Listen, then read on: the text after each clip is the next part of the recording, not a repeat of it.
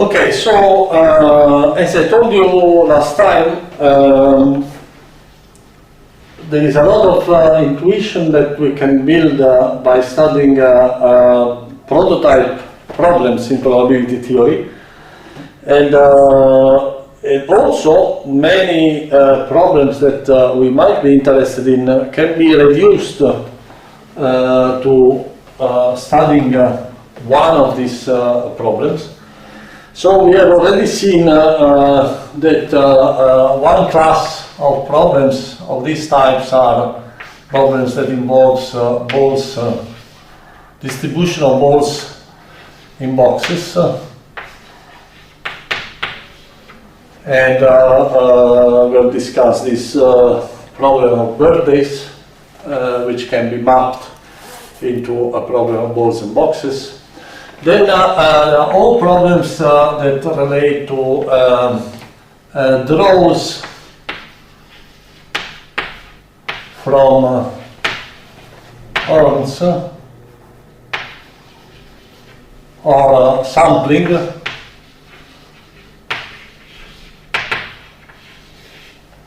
So one problem, for example, is imagine that I draw a random number and I ask myself what is the probability that the first 5 digits, decimal digits, are all different. Okay, so if you want to compute this probability, then you can assume that in the number you are considering, every digit can take 1 out of 10 possible values from 0 to 9, and each of them is equally likely. So you can think of this as having an urn that contains all your numbers.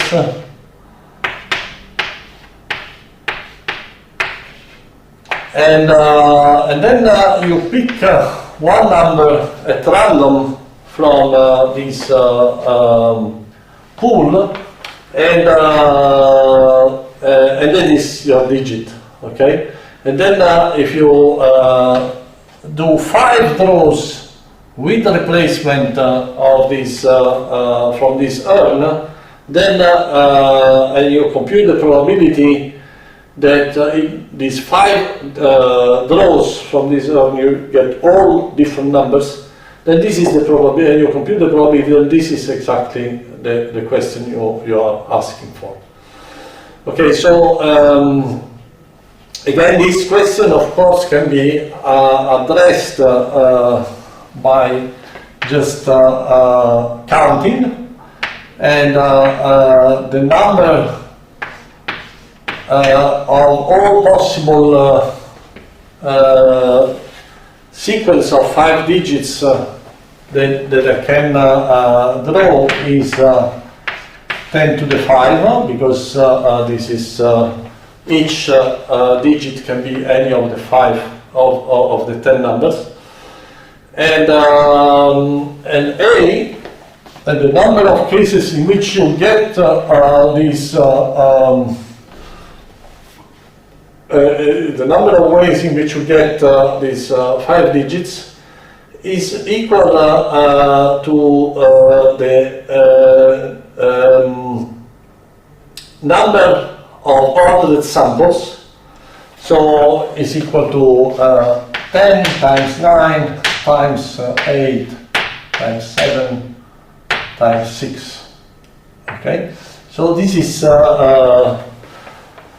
the number you are interested in. And one interesting thing is that this A is the number of possible samples when you do the draws from this urn without replacement, without putting back the object that you have just drawn.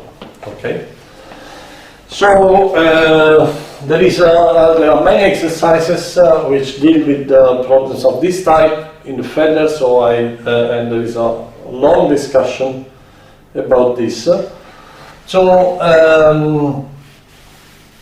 I strongly encourage you to read, to study the second chapter of Feller, which contains all this detail. Also to make exercises so that you get some familiarity with doing calculations. Okay, so the other typical prototype model that we are going to see in this course, in some of the next lectures, are random walks. And we have already seen an example in the notes. So, but this is something that we will deal with in one of the future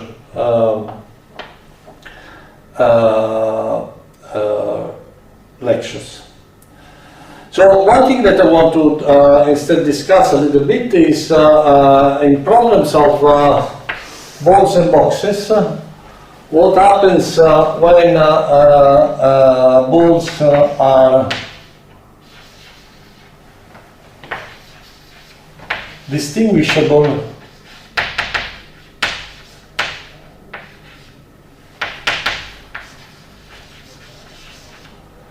or indistinguishable.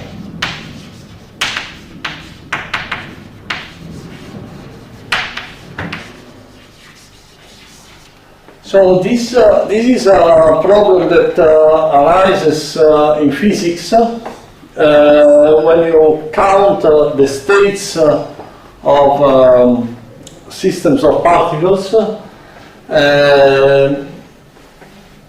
because when you have a system of R particles, and this can be in any of n possible single particle states, you have essentially a problem of balls and boxes. So if you treat particles classically, it means that you can distinguish them, you can really attach a label to each particle. So in that case, particles are distinguishable, and essentially you have that your sample space contains elements, so a particular element in the sample space will be given by the coordinate of each particle. Okay, so it will be a sequence of numbers, of integer numbers, that give you the coordinate. So xi, which is an integer in 1, 2, up to n, is the index of the state of particle I. Okay? And so this is the way in which you describe particles. Or if you want, this xi will be the box, the number, the index of the box that contains ball I. And of course, if your sample space contains all possible configuration of this type, then the number of configurations is equal to n to the r, because each of these coordinates can be chosen in n ways. So the number of possible ways to choose this particle is n to the r. Okay. So this this counting is appropriate in physics for classical systems, and it is at the basis of Maxwell-Boltzmann distribution. Okay? So then,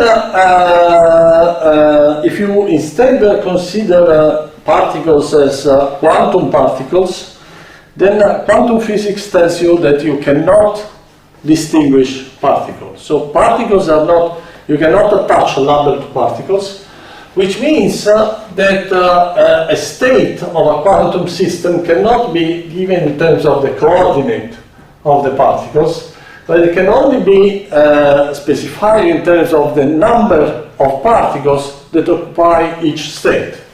So for indistinguishable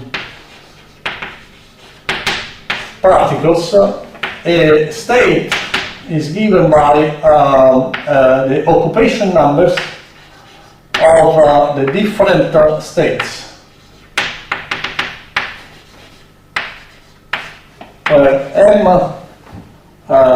K is the number of particles or balls in a state or box K. Okay, so this means that the way in which you should count is different. Okay, and in addition, there are two distinct cases. So one case is when nk can be any integer number, and one case that this is called this appropriate for bosons, particles that have integer spin. If you but if you have fermions, nk, the number of particles in a particular state can be either 0 or 1. Okay. There are other counting problems that also involve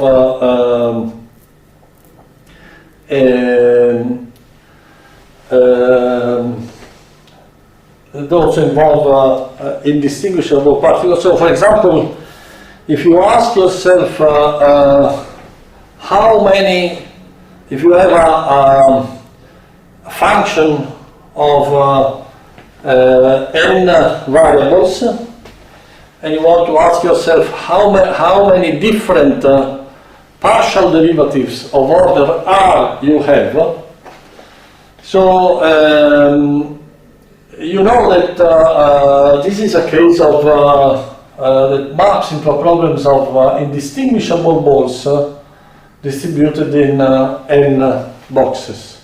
If you think a little bit about it, you will realize that this is so. Because it doesn't matter the order in which you take derivative, you will always get the same partial derivative. Okay? Okay, so how do you count things in this way? So, of course, for fermions, it's very easy, because if you have r particles distributed in n states, then the number of ways, the number of possible, this is a sequence of zeros and ones, and you only have to choose where to put the ones. Okay, so there are n possible places, you have to choose r out of this, so the number of states is just n choose r. Okay? If you want to compute the number of possible configurations for bosons, then it is a little bit more complicated. So the idea is that in the case of bosons, you can write a particular element of the sample space in the following graphical form. So you put a particle, it's just a sequence of particles and sticks, and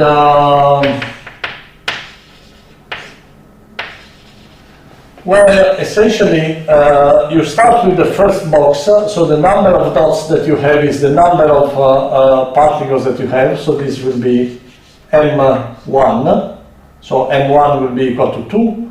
Then you have a stick that tells you that this separates the first box from the second box.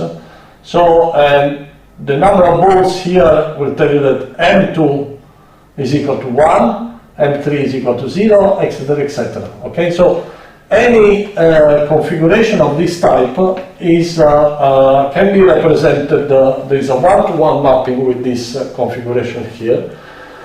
And now you see that if you want to count how many different objects of this type you have, well, these are overall, these are n minus 1, because there are n minus 1 sticks, plus r objects, and you have to compute, consider all possible combination of this n minus 1 plus 1 n minus 1 plus r objects in groups of r. Okay, so the number of configurations for indistinguishable particles when n can be any integer is just n minus 1 plus r, choose r. Okay, so the fact that you have this different way of counting when particles are distinguishable or indistinguishable has really profound consequences. See, for example, if you ask yourself what is the probability of an event A, where A is the probability that you have at most one particle per state. Okay, so if you compute this probability, then you will find three different results, and you will find that essentially these results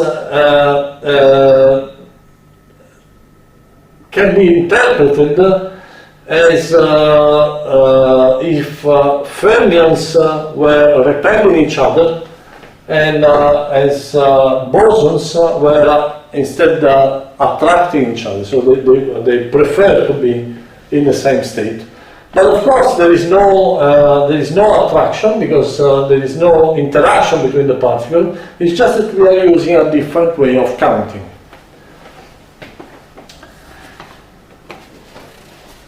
Okay, so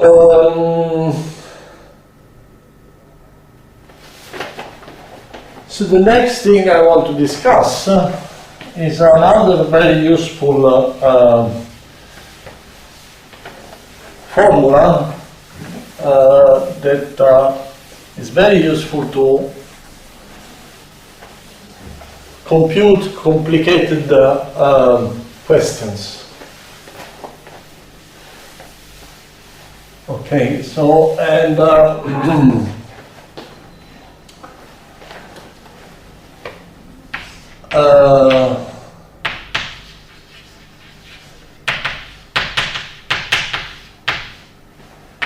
so what we have seen is that if you have two events, A and B,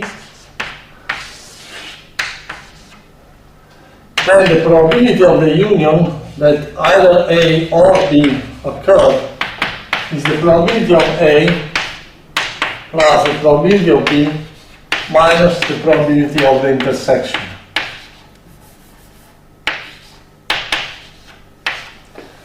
Okay, so what happens if I introduce, if I want to compute the probability that one of three events occur, either A or B or C occurs. Okay, so so for this, essentially we need, and we can generalize this. So imagine that we have a sequence of events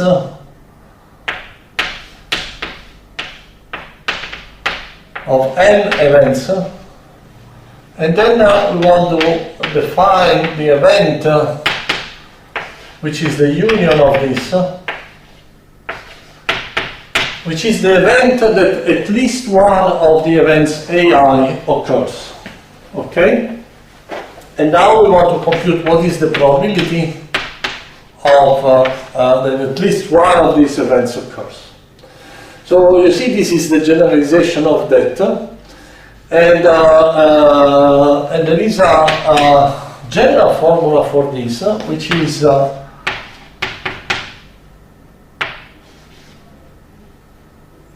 sum from 1 to n minus 1 to the nu plus 1 of an object which is called S nu, where this S nu, let me write it up here, S nu is the sum, I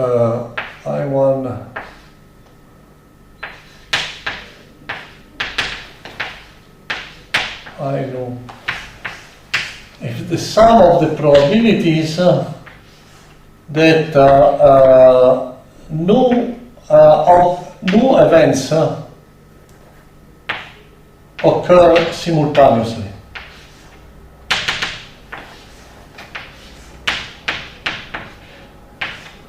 Okay, so this is the probability that events I1, I2, I occur simultaneously.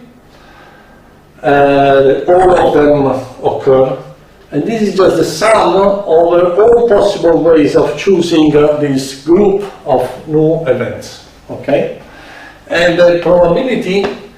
So if you think about it, so this is S1, and this is S2. Okay, and so for 3 events you will have that this is S1,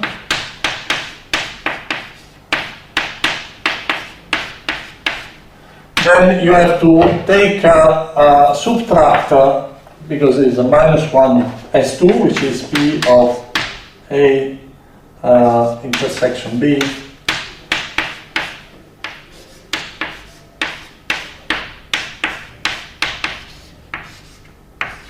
And then you have to add the probability that all 3 occur together.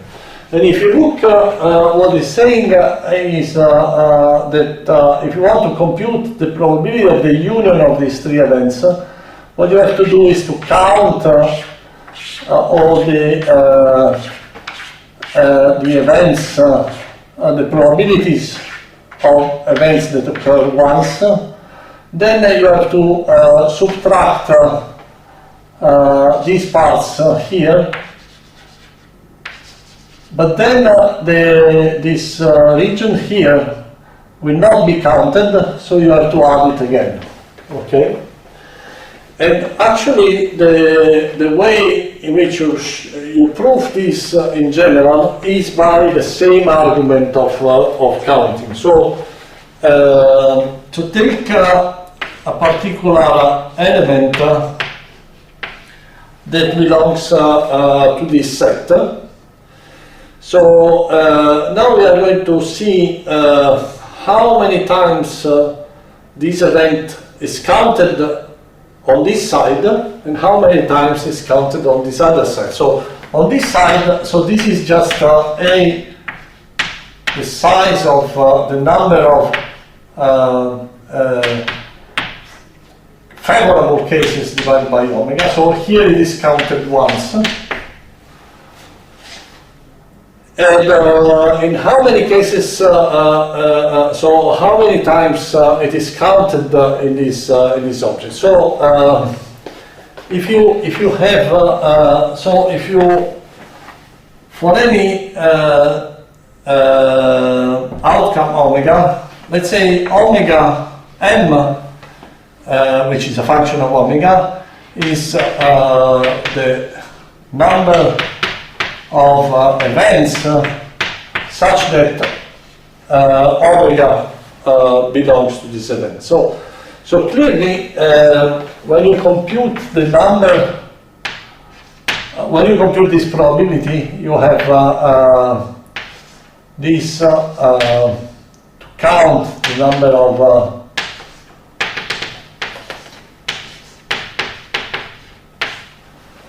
and so this particular omega will not occur if it occurs in only m of these events. Then it is clear that this will be 0 for all values of nu which are larger than m, okay, because it occurs only in m of this AI. So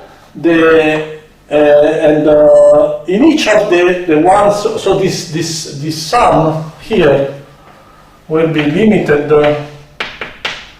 from 1 to m, okay? And then in this, if this, so if nu is less or equal to m, so if this omega belongs to this event, then this will contribute by 1, otherwise it will contribute by 0. And in how many combination of this, in how many possible, in how many elements of this sum, in how many terms of this sum will this occur? Well, this will occur just in m choose nu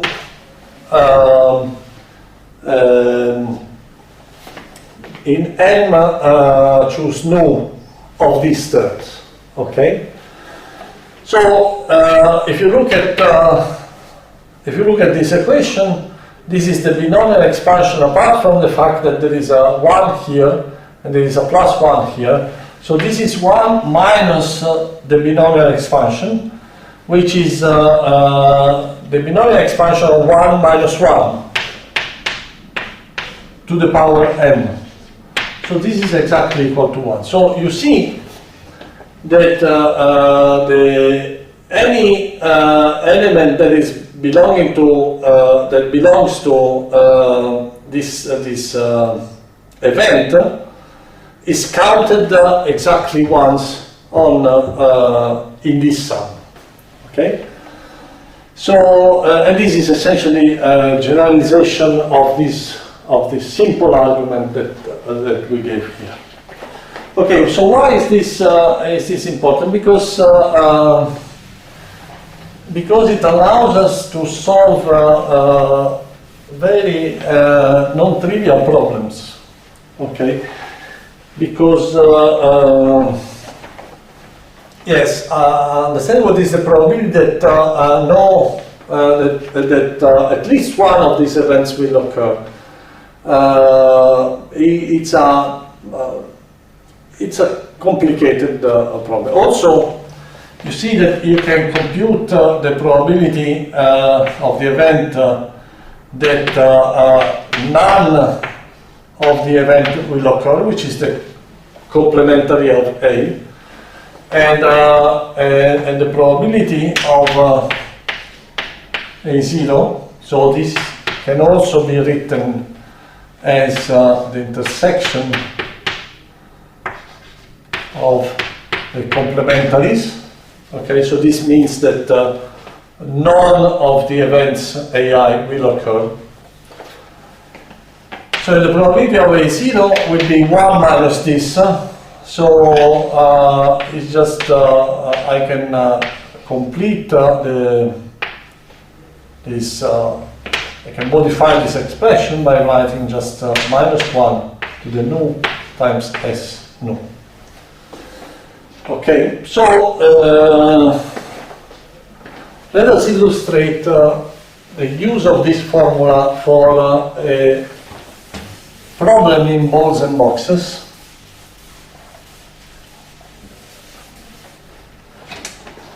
Let us ask, so what is the probability that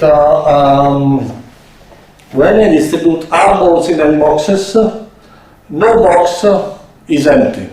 So all boxes are full, okay?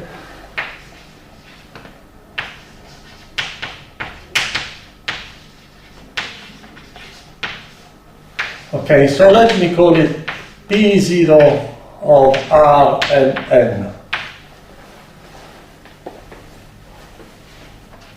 Okay, so the probability that no box is empty is clearly a probability of this type. Okay, so the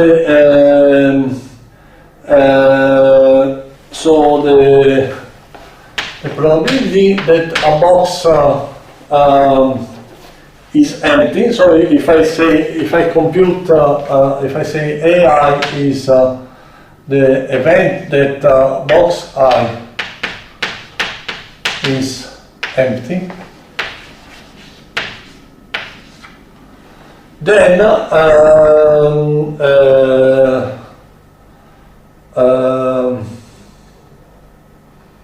so the probability that box I is empty is so I can compute the probability of AI, which is just 1 minus 1 over n. This is the probability that when I put a particle, a ball, it doesn't fall in box I, and I have to take this r times. Okay, so if you want, this is n to the r, the number of ways in which I can distribute the balls into the n boxes. And then the favorable cases are the cases where I distribute these r balls into all the other boxes but box 1. And likewise, for every, if I compute the probability that a certain number of, a certain group of new boxes are empty, then this will be n to the r times n minus nu to the r. Okay, because this is just the number of ways in which I can distribute the balls in all other boxes. And you see that this is 1 minus nu over n to the r. So I can just use this formula and write that P0, so the probability that no box is empty is equal to the probability of A0, okay?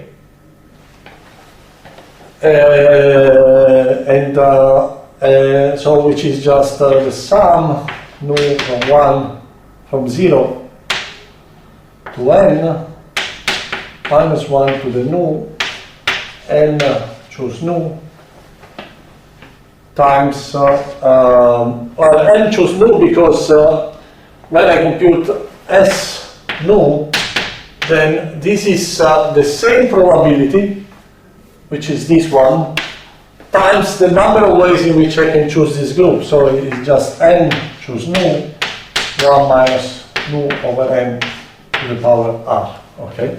And so this is 1 minus nu over n to the power r, okay? So this is an interesting result because it's non-trivial. It's another non-trivial problem, okay?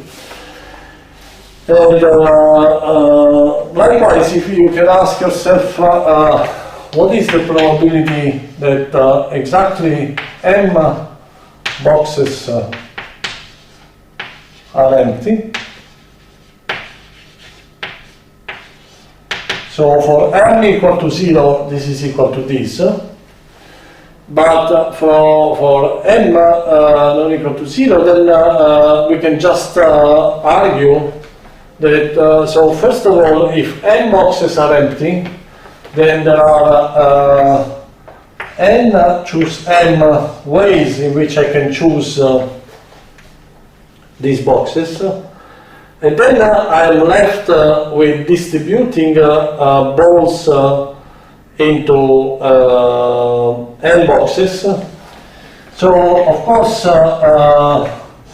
the distribution of balls into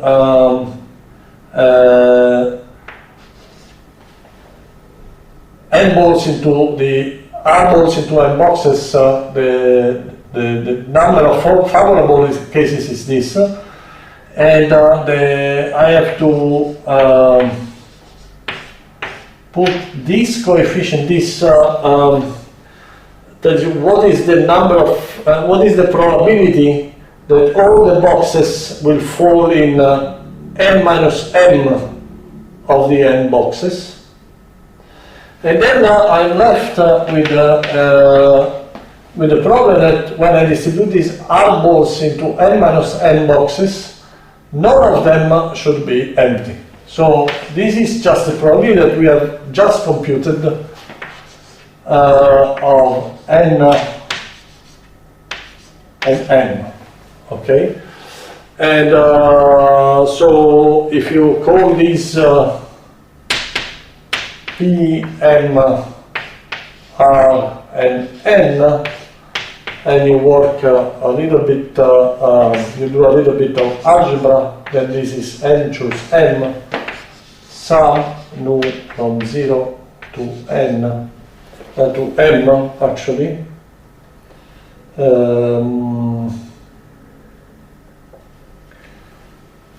minus 1 to the nu, n choose nu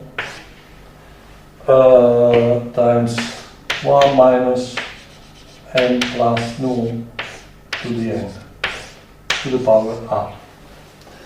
Okay, so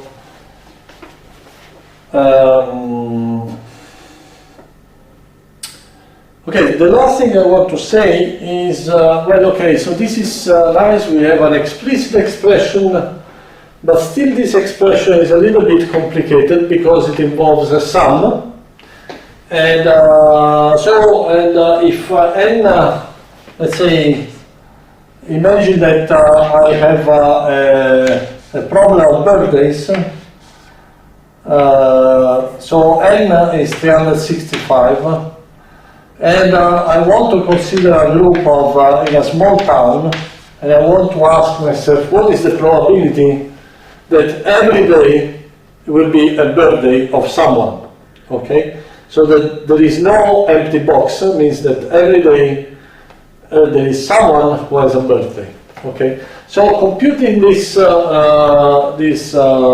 sum is actually a little bit complicated. The other way, the other thing that that you can realize is that actually this complicated expression should be such that so one should have that if the number of persons, number of balls is less than the number of boxes, then this probability must be 0. So this must be equal to 0 if r is less than n, and which is not exactly evident from this expression, but it can be shown that this is actually true. Okay, so imagine that we want to estimate this probability for these values here. So how do we do? Well, one idea is that if r is very, very large, you see this factor here is less than 1 raised to the power r. This will be very, very large unless nu is very small. Unless this factor is close to 1, then this will be exponentially small in r. Okay? So what this means is that I can effectively approximate this. These are approximately equal to e to the minus nu divided by n to the r. times R. And so you see, if I do this approximation, then this sum can be computed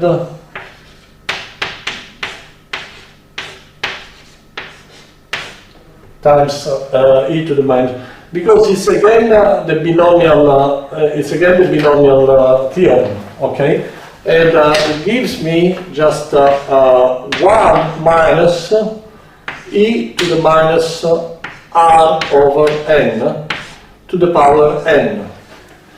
And so if you are in this situation where r is much larger than n, so that this is actually small, then we can estimate this as e to the minus n times e to the minus r over n. Okay, so you see that this is interesting because well, you can write this as e to the minus lambda, where this lambda is n times e to the minus r over n. And if you do the calculation for these numbers, you will have that lambda is of order 1.52, and this probability is of order 22%. So there are 22% probability that in this village of 200 people, every day will be the birthday of someone. So you see this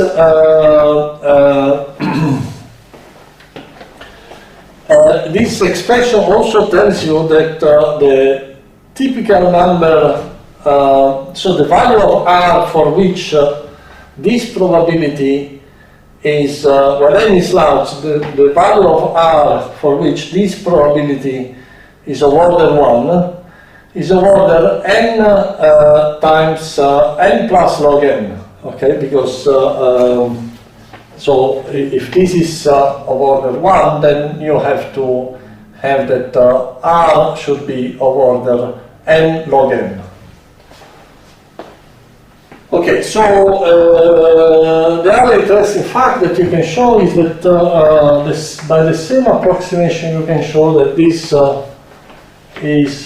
can be written as lambda to the n divided by n factorial e to the minus lambda, and this is known as the Poisson distribution that we will see in one of the next lectures.